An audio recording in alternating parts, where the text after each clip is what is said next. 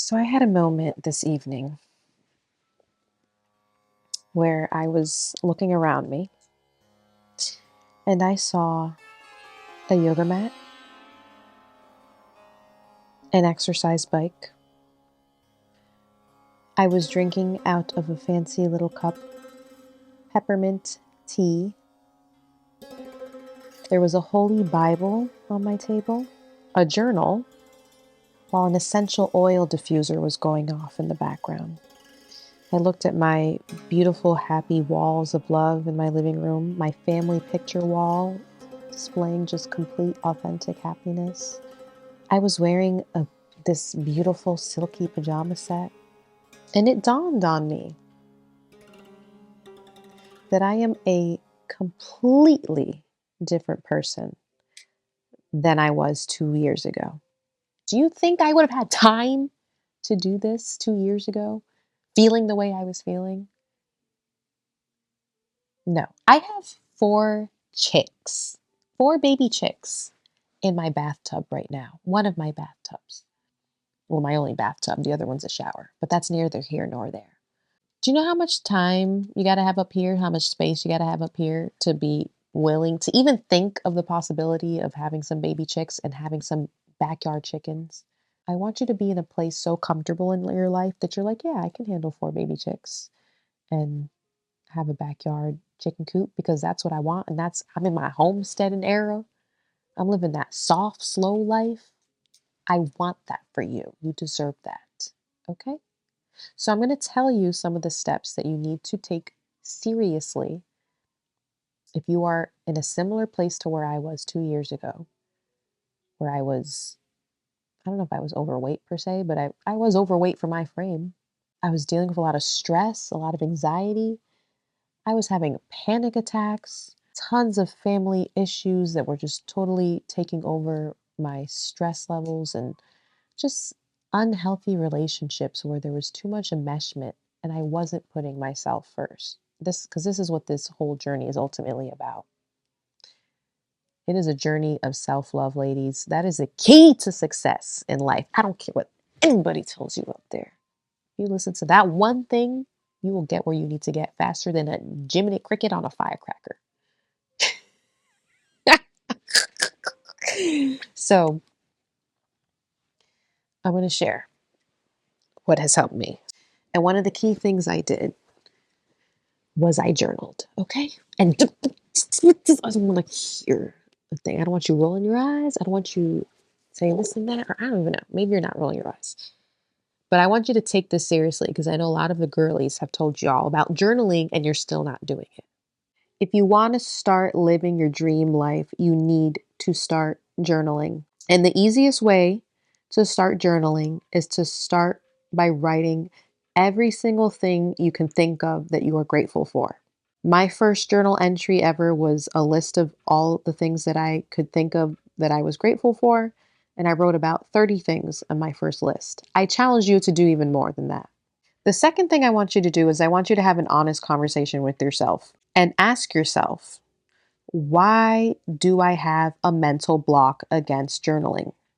Why haven't I been journaling all these years? Why did I stop? Why did I do it as a little girl and then I haven't been doing it since? Ask yourself that honest question. I asked myself that and I spoke back to myself and said, I was thinking about being younger and being around my sisters, my teasing sisters who could potentially find my diary at the time, wondering what if my mom found it, and just not being able, like, not feeling like my thoughts and my whatever I wanted to speak about on paper would be safe.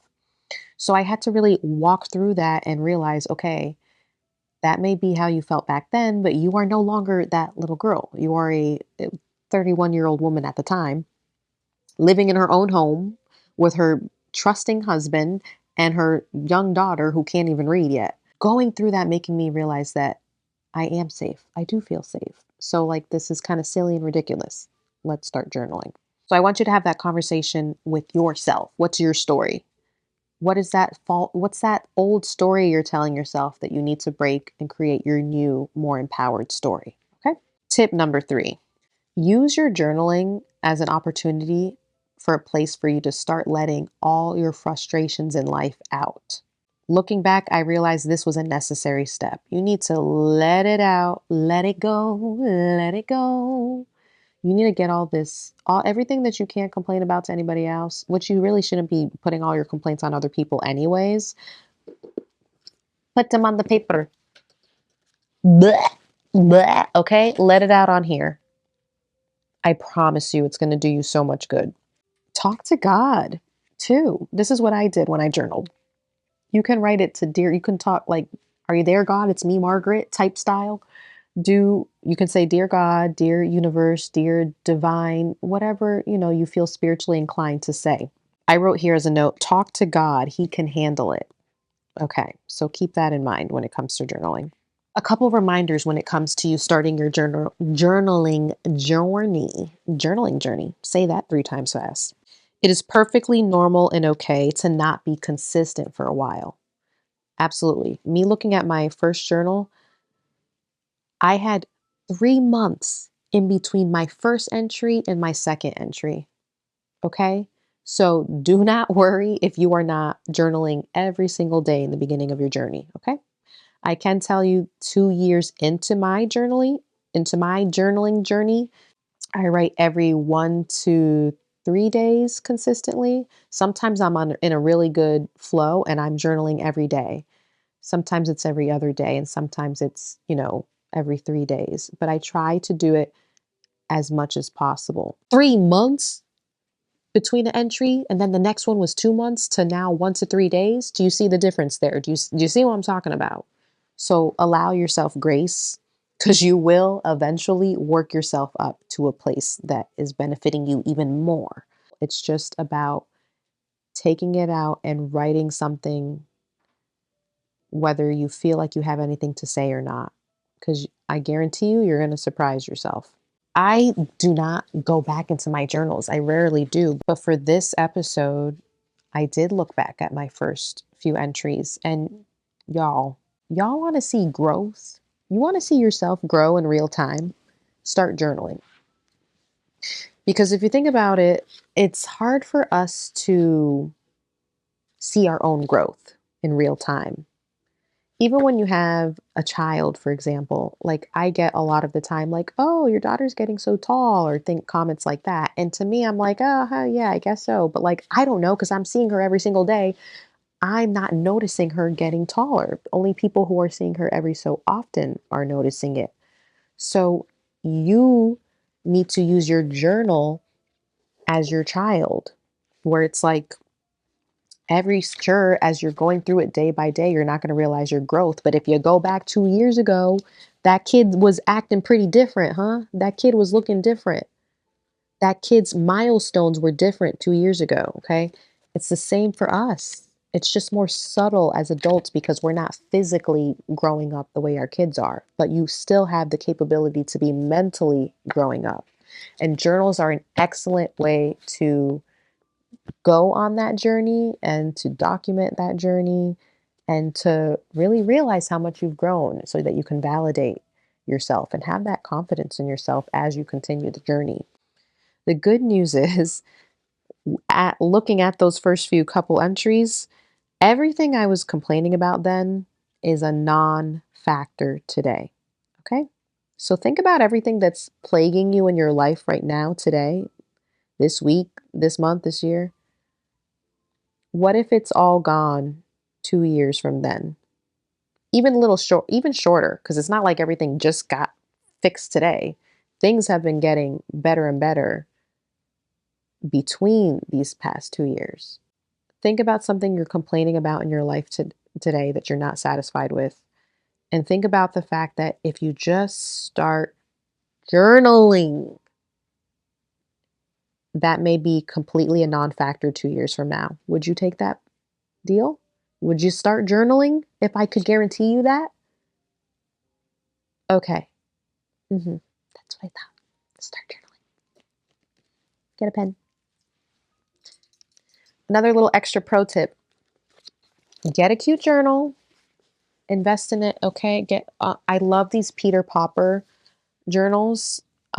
Peter Popper Press, I get them off of Amazon. I highly recommend them.